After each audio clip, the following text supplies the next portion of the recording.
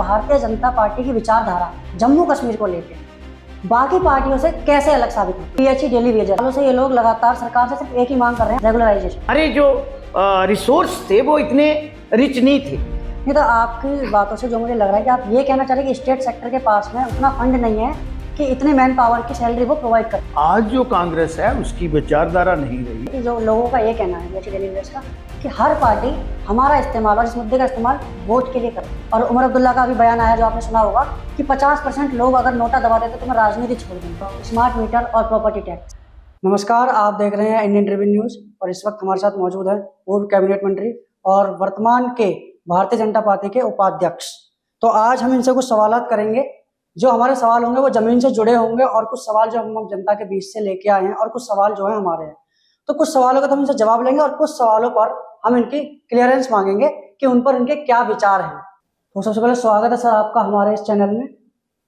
और हमारा सबसे पहला सवाल आपसे ये है कि आपने भारतीय जनता पार्टी का रुख क्यों किया, यानी कि आपकी जो विचारधारा है वो कांग्रेस से किन बातों पर तालमेल नहीं खाई थी।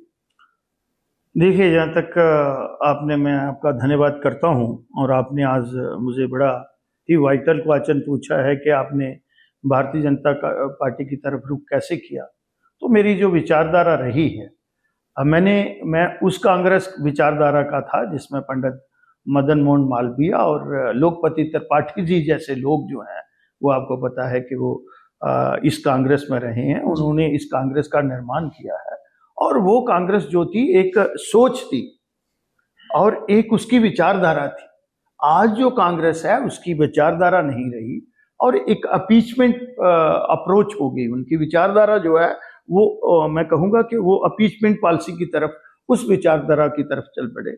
और खासकर जम्मू कश्मीर में जहाँ हम लोग जो हैं वो अकलीती में रहते हैं, खासकर जिस तरह से मिनार्टी कहते हैं, तो यहाँ जो हमारा हिंदू समाज है वो मिनार्टी में है। और अगर आप देखेंगे कांग्रेस पार्टी का इतिहास, जम्मू में भी जो सीटें मिलती थी कांग्रेस को पूरे जम्मू कश्मीर प्रदेश में, तो उसमें 80% से ज्यादा हिस्सा जो था वो जम्मू के लोगों का होता था। लेकिन लीडरशिप जो है हमेशा कश्मीर से रही, चाहे वो स्टेट का प्रेसिडेंट हो, चाहे वो चीफ मिनिस्टर हो, चाहे सीएलपी लीडर ही हो। और जब भी वो इस किस्म के फैसले करते थे तो आज भी आप देख रहे हैं वो एक ही समुदाय के लोग जो हैं उसमें आते थे। पार्टी प्रेसिडेंट भी वही, चीफ मिनिस्टर भी वही, कांग्रेस लेजिस्लेटिव पार्टी के लीडर भी वही। तो वोट देने वाले जो थे वो जम्मू के मेरे समाज के लोग होते थे। तो यहाँ पे उन्होंने लीडरशिप को प्रमोट नहीं होने दिया। अच्छा। तो उस सोच को लेके, और मेरे जैसा आदमी, हम कोई बंधुआ मजदूरी करने पॉलिटिक्स में नहीं आए थे, हम तो यहाँ लोगों की सेवा के लिए आए थे। And moreover the leader is the role model of the society and leader is to lead not to be led. तो वो कहीं ना कहीं मेरा उनके साथ विचारधारा का भी टकराव रहता था और मैं बड़े गर्व से कहता था कि मैं हिंदू हूं। जो ट्रू सेंस में सेकुलरिज्म की डेफिनेशन है वो ये है, अब आप देखिए हमारा कॉन्स्टिट्यूशन भी जो है वो उसमें तो कहीं ये बाइंडिंग नहीं है। तो जिस कांग्रेस में भारत माता की जय कहने का भी जो है वो इजाजत लेनी पड़नी होती थी और जय कहना होता था, तो वो उस पे वंदे मातरम कहने पे जो है वो भी एक्सप्रेशन काल हो जाती थी। तो ये चीजें जो हैं वो नहीं रही। वो कांग्रेस जो 1947 से पहले थी वो नहीं रही और ना वो लीडरशिप रही। और 1986 के बाद कांग्रेस सिर्फ अपीचमेंट की पॉलिसी पे चल पड़ी। लेकिन मेरा दूसरा सवाल यहीं पे खड़ा हो जाता है कि भारतीय जनता पार्टी की विचारधारा जम्मू कश्मीर को लेके बाकी पार्टियों से कैसे अलग साबित होती है। देखिए, भारतीय जनता पार्टी का हमेशा राइट फ्रॉम जब जनसंघ थी और जहां पे प्रजा परिषद थी, तो वो यहाँ है अखंड भारत की बात करते रहे। चाहे वो पीओजेके हो, चाहे 370 की बात हो, चाहे 335A की बात हो। तो पहला जो भारतीय जनता पार्टी का बलिदान हुआ है, बहुत बड़े कद के लीडर जी, अटल बिहारी वाजपेयी नहीं, स्वर्गीय श्री श्यामा प्रसाद मुखर्जी जिन्होंने जनसंघ बनाई थी, उनका जो शहादत हुई है, उनका बलिदान जो है वो जम्मू कश्मीर में हुआ है जी। उन्होंने उस समय 2 विधान, 2 प्रधान और 2 निशान यहाँ पे प्राइम मिनिस्टर होता था, और अगर आपको लखनपुर से इधर आना है तो आपको परमिट इशू होता था, जैसे वीजा होता है। तो उन्होंने कहा कि ये कैसे हो सकता है, एक मुल्क में, state with in the state कैसे हो सकता है, और वो बगैर परमिट के, बगैर परमिशन के जहां आए, उनको अरेस्ट कर लिया, उसके बाद उनको कश्मीर ले गए।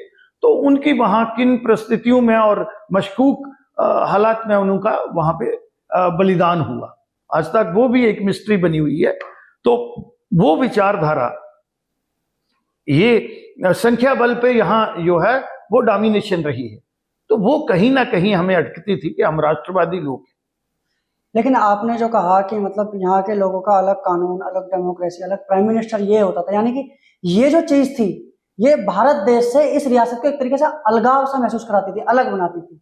मानते ही अलग थे, मानते ही अलग थे। मुझे ये बताइए कि 1965 से पहले यहाँ प्राइम मिनिस्टर होता था जी, सदर रियासत होता था, जिस तरह से प्रेसिडेंट आप कहते हैं, यहाँ गवर्नर नहीं होता था, यहाँ चीफ मिनिस्टर नहीं होता था, मुख्यमंत्री नहीं होता था। तो ये जब चीजें थी तो इनका एक माइंडसेट डेवलप हो गया। हालांकि ये जो चीज में रहने का, ये जो 370 का प्रोविजन भी था, ये टेम्परेरी प्रोविजन था, और यहाँ फ्लोर ऑफ द हाउस, यहाँ के चीफ मिनिस्टर अंडर ओथ होते थे, तो ये कहते थे एक्सेशन हुआ है, मर्जर हुआ नहीं, और कभी सेल्फ रूल की तरफ चल पड़ते। लेकिन मेरी जो अपोजिशन के मतलब लीडरों से जो बात हुई है इस मुद्दे पर, तो 370 की उन्होंने पेटिशनर भी हैं जो सुप्रीम कोर्ट में है, उनका ये कहना है कि 370 हमारा मूल अधिकार है, ये हमें चाहिए, ये हमारी रियासत को खुशी पहुंचाता है, इसी में वो रहना चाहते हैं। इस पर आपका क्या कहना है?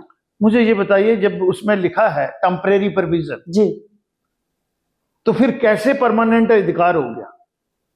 और उन्हीं के लीडर भी अगर आप देखेंगे, इवन पंडित जवाहरलाल नेहरू जो कांग्रेस के लीडर रहे हैं, उन्होंने सदन के पटल पे ये कहा कि ये घिसते घिसते घिस जाएगी। इधर 1981 की जब इस पे एक प्राइवेट मेंबर रेजुलेशन मूव हुआ था, उस पर डिस्कशन हुई थी, तो उसमें शेख अब्दुल्ला उस समय जहां चीफ मिनिस्टर थे, उन्होंने भी ये कहा कि इसको अब जाना चाहिए। लेकिन यहां इमोशनल ब्लैकमेलिंग होती रही, पॉलिटिकल इमोशनल ब्लैकमेल यहाँ के लोग हो गए, और उनके दिमाग में ये बढ़ दिया कि हम कोई हिंदुस्तान के परमानेंट बाशिंदे नहीं हैं। और यो लोग हिंदुस्तान, जब पाकिस्तान और हिंदुस्तान जब टू नेशन थ्योरी से दो मुल्क बने, तो उससे कुछ फैमिली, 6000 के करीब फैमिली यहां पे आई, उनको इन लोगों ने 75 साल जो है सिटीजनशिप राइट नहीं दिया। दो रेस्ट ऑफ द कंट्री गए, उसमें 2-3 प्राइम मिनिस्टर भी बने, डिप्टी प्राइम मिनिस्टर भी बने, लेकिन जम्मू कश्मीर में जो गरीब लोग आए, ज्यादातर वो पसमानदा लोग थे और दलित समाज से थे, उनको सिटीजनशिप राइट नहीं मिला था 370 के जाने से पहले। यहां कोई भी गवर्नमेंट ऑफ इंडिया का कानून तब तक एक्सटेंड नहीं होता था, यहां लागू नहीं होता था, जब तक यहां की असेंबली जो है वो उसको अडॉप्ट नहीं करती थी।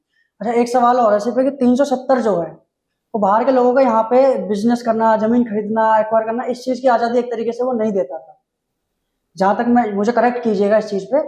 लेकिन जब मैंने ऑपोजिशन पॉलिटिकल लीडर से ये सवाल किया तो उन्होंने कहा कि हम तो पहले भी किसी को नहीं रोकते थे, हम पहले भी जमीनें लीज पे देते थे।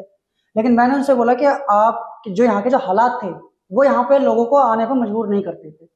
तो 370 के बाद में उनका ये कहना है कि कोई डेवलपमेंट नहीं हुआ, 370 से पहले ही रियासत खुश थी। तो 370 के बाद का और पहले का मुझे आप अंतर समझाइए। मुझे ये बताइए, आप पत्रकार हैं, तो क्या हम अपेक्षा कर सकते हैं कि वो 370, बिफोर 370 और आफ्टर 370 जो यहाँ पे सी चेंज हुआ है, उनको बोलो नॉर्मल सी पिछले 35 साल से एडजस्ट आउट थी, आज कोई पत्थरबाज है? इतने इतने बड़े इवेंट कश्मीर में हो रहे हैं, और यही लीडर कहते थे कि अगर यहाँ किसी ने 370 या 35A को हाथ लगाया तो यहाँ तिरंगे को कंधा देने वाला कोई नहीं होगा। तो आज मुझे लगता है कि यो लोग ने हिंदुस्तान के खिलाफ बंदूक भी उठाई थी, और आज भी कुछ लोग पाकिस्तान में हैं, उनके परिवार के लोग भी है, खुशी खुशी 15 अगस्त 26 जनवरी और तिरंगा जो है वो अपने घरों पे फहरा रहे हैं और तिरंगे के साथ चल रहे हैं। तो ये, इससे जम्मू कश्मीर रियासत को बहुत नुकसान हुआ है। और वो चंद यहाँ पे परिवार थे। मैं हमेशा कहता हूं, जब मैं कांग्रेस में था तब भी ये कहता था कि 98% लोग जो हैं वो राष्ट्रवादी हैं, वो अमन पसंद हैं। 200 फैमिली है जम्मू कश्मीर में, वही पॉलिटिक्स में है, वही ब्यूरोक्रेट हैं, वही जुडिशरी में है, वही टेक्नोक्रेट हैं, वही बिजनेसमैन है। आप आंकड़ा निकाल दे, 200 से ज्यादा बड़ा परिवार नहीं होगा। वो यहाँ के लोगों को जरगमाल बना के रखना चाहते हैं, यहाँ डेमोक्रेसी को प्रमोट ही नहीं होने देना चाहते। यहाँ मैंने कहा 73 और 74 अमेंडमेंट को उन्होंने इंपावर नहीं किया, यहाँ इंप्लीमेंट ही नहीं किया। ग्रास रूट लेवल का इंस्टीट्यूशन जो है, ग्राम सभा, पंचायत सभा, ब्लॉक सभा और जिला परिषद जो है वो इंपावर नहीं होनी चाहिए। 3 टियर सिस्टम पंचायतों का नहीं होना चाहिए। अर्बन लोकल बॉडी के लोगों को इंपावर नहीं होना चाहिए, उनको पावर नहीं देनी है। लेकिन सदर रियासत होना चाहिए और प्राइम मिनिस्टर होना चाहिए, वो भी 2-3 फैमिलियों का ही होना चाहिए, उसके बाहर का। लेकिन जब आपने कहा कि पत्थरबाज गायब हो गए, तो उनका तो इस पर यह कहना है कि हमले तो अभी भी हो रहे हैं।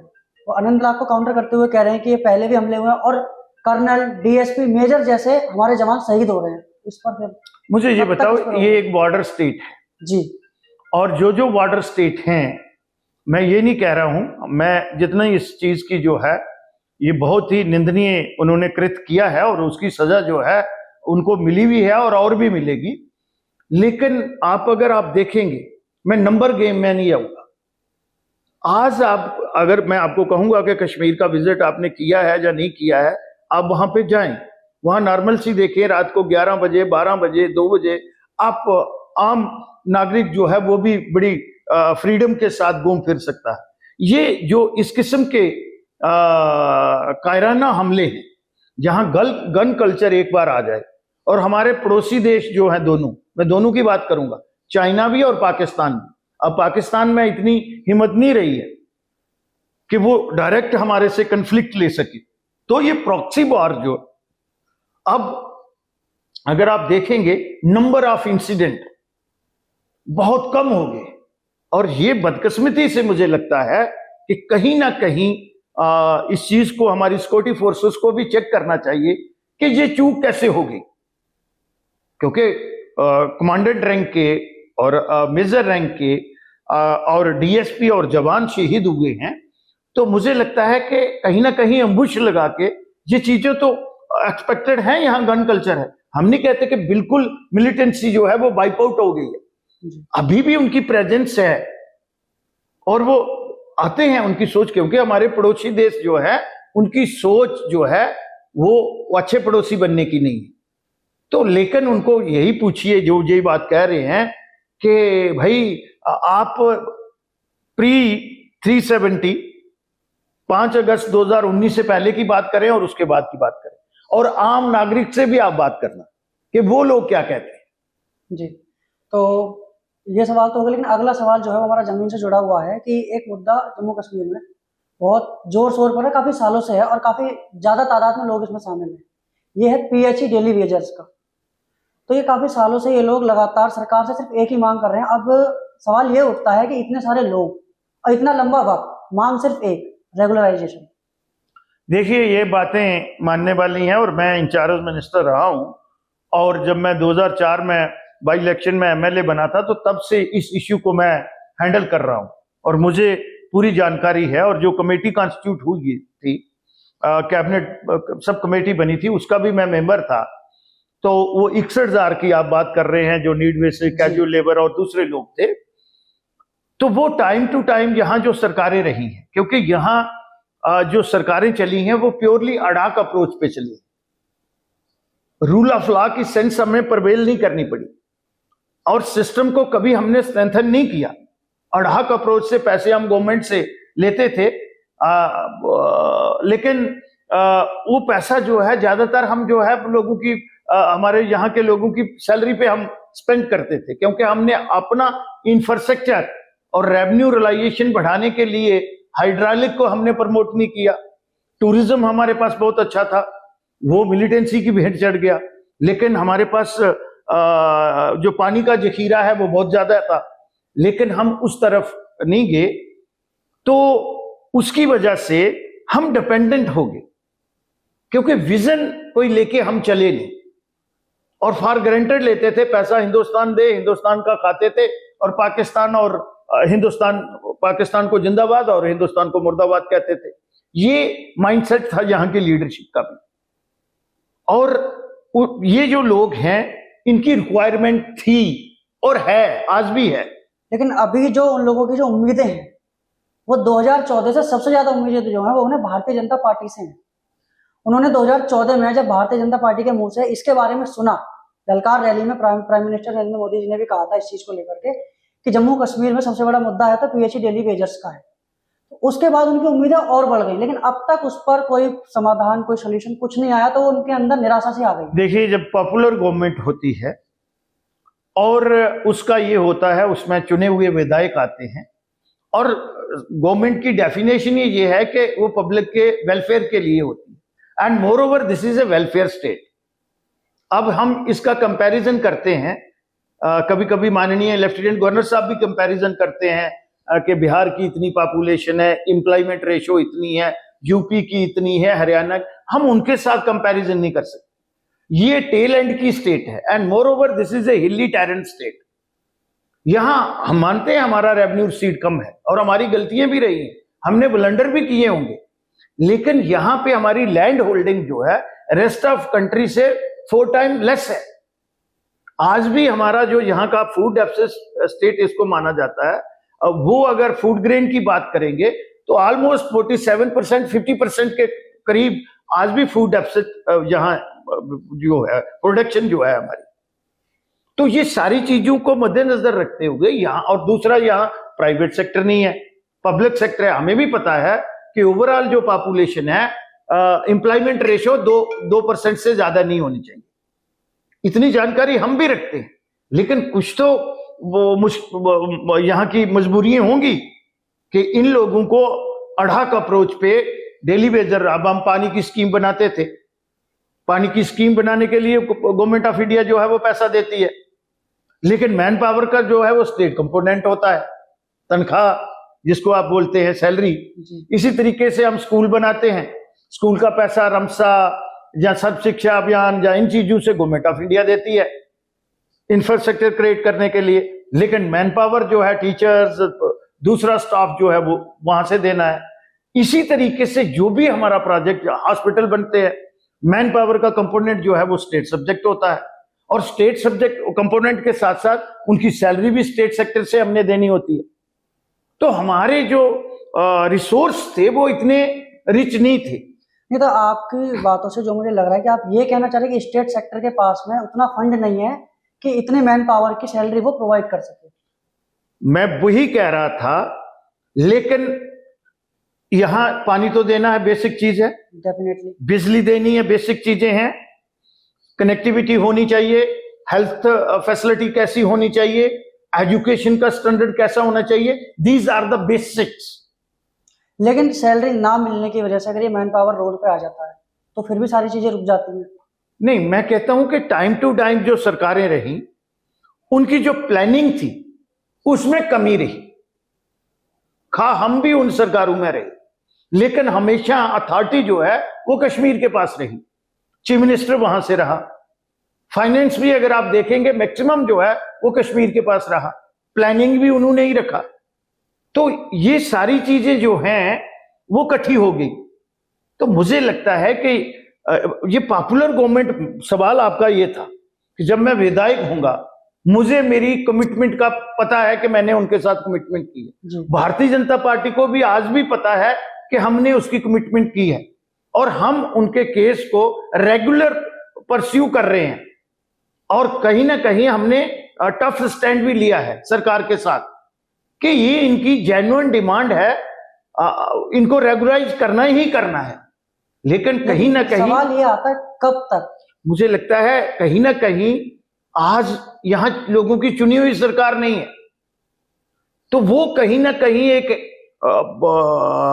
मुश्किल आती है।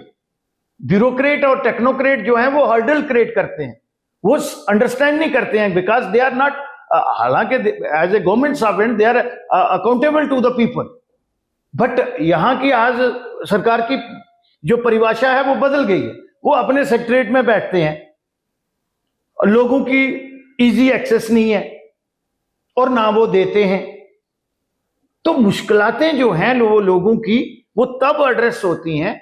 आज एक वाइटल कंपोनेंट वो है जो मिसिंग है, जिसको हम लेजिस्लेचर कहते हैं।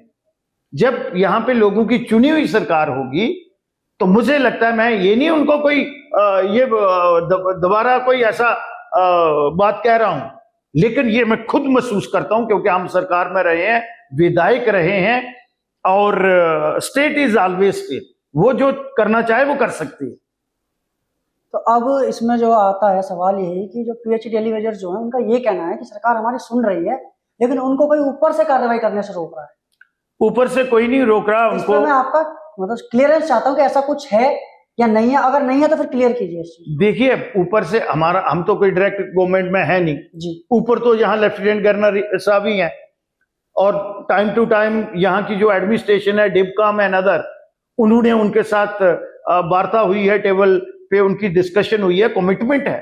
तो मुझे लगता है जब उनकी कमिटमेंट है तो उसको फुलफिल करना चाहिए। हो सकता है एक दो ऑफिसर जो है वो अंडरस्टैंड नहीं करते। इसमें एक बिटर क्वेश्चन और है कि मतलब कड़वा सवाल है ये कि जो लोगों का ये कहना है पीएचडी एलिवेजर्स का कि हर पार्टी हमारा इस्तेमाल और इस मुद्दे का इस्तेमाल वोट के लिए कर रही है। आप पीएचडी एलिवेजर क्यों कह रहे हैं? 47 डिपार्टमेंट है इसमें। इवन गवर्नर साहब के जो गवर्नर हाउस में भी नीड बेसिस और डेली वेजर है। गवर्नर साहब भी पता कर लें कि उनकी जरूरत है वहां पे या नहीं। 100 से ज्यादा आदमी जीएडी में है। GAD is the mother of all departments. जहां से ये सारे कानून बन के लॉ डिपार्टमेंट और जीएडी जो है, आप जानते हैं ना, जनरल एडमिनिस्ट्रेशन डिपार्टमेंट। और जब गवर्नर रूल होता है तो वो ऑल पावरफुल डिपार्टमेंट वैसे भी होता है। उसमें 100 से ज्यादा लोग जो हैं वो नीड बेसिस और डेली वेजर है। अब उनको क्या पढ़ाना है हमने? वहां एडमिनिस्ट्रेटिव सेक्रेटरी हैं, यूपीएससी क्लियर करके आए हैं, लंबी सर्विस उन्होंने दी हुई है। तो मुझे लगता है कि उनकी एक ह्यूमन अप्रोच होनी चाहिए। ठीक है, हमसे गलती हुआ, हम इतने काबिल नहीं थे। भाई आप तो आईएएस करके आए हुए हैं, देखिए अब 4-4.5 साल, आपने भी 5 साल हो गए, तो व्हाट इज द आउटकम? एक दूसरे को ब्लेम करना तो आसान है, चाहे फिर डिपार्टमेंट उनको निकाल के चला लें आप। उनका इसी बात पर यह भी कहना है कि भारतीय जनता पार्टी के लिए यह फैसला इतना मुश्किल लगता नहीं। भारतीय जनता पार्टी एक मजबूत पार्टी है और फैसले लेने में कभी पीछे नहीं हटती है। तो इस पर देरी फिर क्यों हो रही है? मतलब कि 370 जो सबसे बड़ा जो फैसला लिया भारतीय जनता पार्टी ने, जिसने एक बहुत बड़ा चेंज ओवर किया, वो उसने बड़ी आसानी से उसका इम्पैक्ट भी डाल दिया। तो ये फैसला इतना बड़ा है, 370 से बड़ा है ये? देखिए, ये स्टेट सब्जेक्ट है भारतीय जनता पार्टी का। ये यहां की माननीय लेफ्टिनेंट गवर्नर और डाउन दी लाइन हायरार्की जो है, चीफ सेक्रेटरी है, सेक्रेटरी जीएडी है, ये मैं बता रहा हूं जो हो रहा है, और एडमिनिस्ट्रेटिव सेक्रेटरी, ऑल डिपार्टमेंट्स, ये उनको यहां फैसला लेना है। ये दिल्ली किसी ने नहीं लेना, प्राइम मिनिस्टर उन्होंने जो लेना था, पार्लियामेंट ने लेना था। कल भी ऐतिहासिक हुआ है। 33% कब से बोल रहे थे कि हमने मातृशक्ति को जो है वो सशक्त करना है, भारतवर्ष को, अखंड भारत को मजबूत करना है। तो वो हुआ। जो फैसले दिल्ली ने लेने हैं, ये स्टेट सब्जेक्ट है। दिल्ली थोड़ा मना कर रही है उनको, आप नहीं लो। हम दिल्ली भी बात की है हमने, वो कब कह रहे हैं। लेकिन ये डोमेन जो है, मैं तो अनपढ़ों वाली बात नहीं कर सकता कि ये दिल्ली वालों ने करना है। ये स्टेट सब्जेक्ट है भाई, और वो सारा जो है ट्रांसपेरेंट मैनर से हुआ है। अगर आपको लगता है कहीं गलत हुआ है तो मेक देम अकाउंटेबल, जिन्होंने भी किया है। अगर लगाए हैं तो हेड ऑफ द डिपार्टमेंट लगाते हैं, पॉलिटिशियनों तो लगाए नहीं है, और उन्होंने इन राइटिंग में दिया है। और मैंने तो as a PHE irrigation flood control मंत्री, मेरे एडमिनिस्ट्रेटिव सेक्रेटरी ने लिख के दिया है। मैंने on the floor of the house QD का जवाब दिया है कि दीज ऑल्स आर द, उन्होंने लिख के दिया है मेरे एडमिनिस्ट्रेटिव सेक्रेटरी ने, these are appointed by the head of the departments, head of department, directors and chief engineer. चलिए, ये सवाल तो हो गया, लेकिन अब हम आपसे अगला सवाल करते हैं चुनाव से रिलेटेड, कि जम्मू कश्मीर में चुनाव की मांग भी है। कई राजनीतिक पार्टियां हैं जो चुनाव की मांग कर रही है कि जम्मू कश्मीर में चुनाव होना चाहिए। भाजपा डर रही है चुनाव से, और उमर अब्दुल्ला का भी बयान आया जो आपने सुना होगा कि 50% लोग अगर नोटा दबा देते तो मैं राजनीति छोड़ दूंगा। इस पर आपका क्या कहना है? देखिए, हर आदमी जो एक भारत जो है, ये इसकी खूबसूरती जो है वो लोकतंत्र में है। और हर आदमी चाहता है कि यहां लोगों की चुनी हुई सरकार होनी चाहिए। उसका कारण यही है, यही खूबसूरती है कि इन तमाम जो सीढ़ियां हैं, ऊपर वाली सीढ़ी पे जो है वो अगर लोगों का चुना हुआ नुमाइंदा बैठा होगा तो उसको अपने is directly accountable to the people. कोई भी आम नागरिक, उसका वोटर जो है, कोई भी, वो उसके इजी एक्सेस है, उसके बेडरूम तक एक्सेस होता है पॉलिटिकल रिप्रेजेंटेटिव जो होता है। तो आज वो कहीं ना कहीं मिसिंग है, वाइटल कंपोनेंट। अब आप जिस ओर इशारा कर रहे हैं मैं उस तरफ नहीं जाना चाहता, किस कंटेक्स्ट में किसने कहा, मैं किसी का स्पोक्स पर्सन नहीं हूं, किस बिना पे उन्होंने कहा उसकी भी नहीं, लेकिन जम्मू कश्मीर का हर नागरिक चाहता है कि यहां जल्द से जल्द लोगों की चुनी हुई सरकार होनी चाहिए। लेकिन अगर चुनाव होते हैं और PHE daily wagers Bharatiya Janata party से नाराज होकर के और चुनाव में इस चीज का जवाब देने पर आ जाते हैं, फिर आप पीएचई डेली वेजर क्यों कह रहे हैं? बाकी वालों को कहां छोड़ेंगे? मैंने कहा है 47 डिपार्टमेंट है मेरे भाई, तो आप उनको भी उसी में काउंट कर लीजिए ना। सब काउंट किए हैं। जो हमने 61,000 की बात कर रहे हैं, अब कम होंगे, कुछ बेचारे मर गए, कुछ वैसे ही 60 साल उम्र हो गई होगी, चले गए होंगे घर। अब हम उनको रिटायरमेंट नहीं कह सकते, उनको मिला ही कुछ नहीं।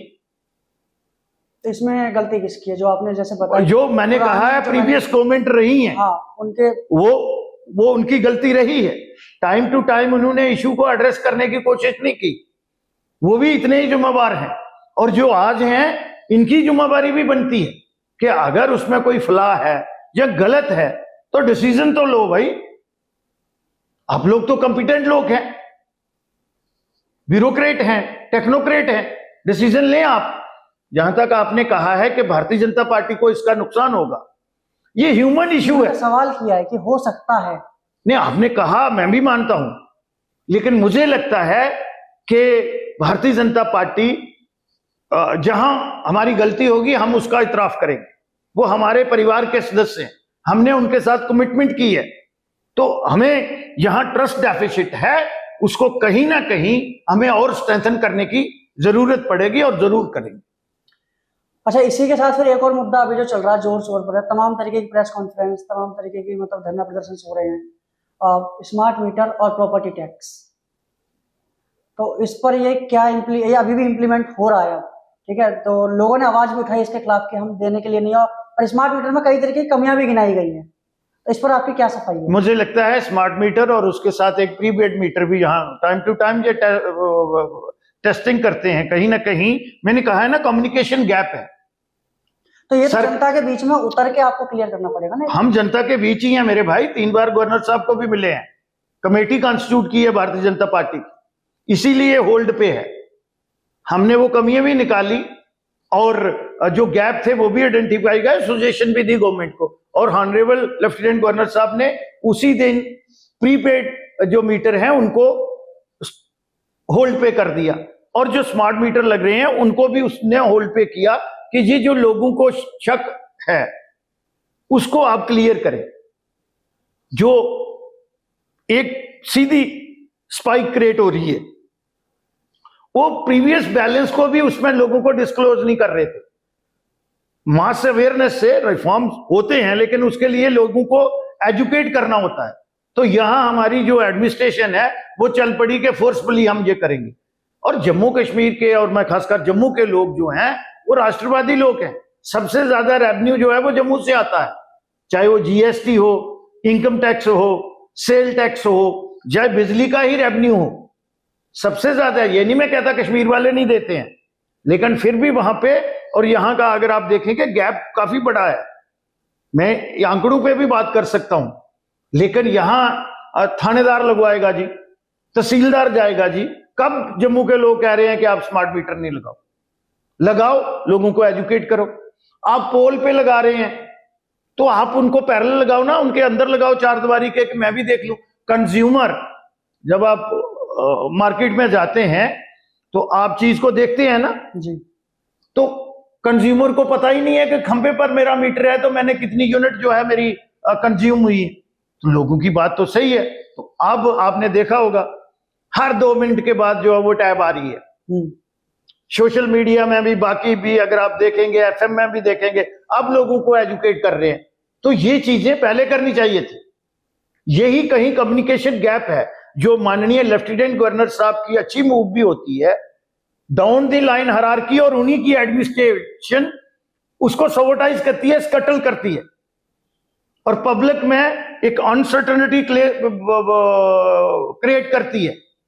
और वो जैसे एंटी इंक्रोचमेंट ड्राइव थी, इन्हीं लोगों ने आज एक बाहर के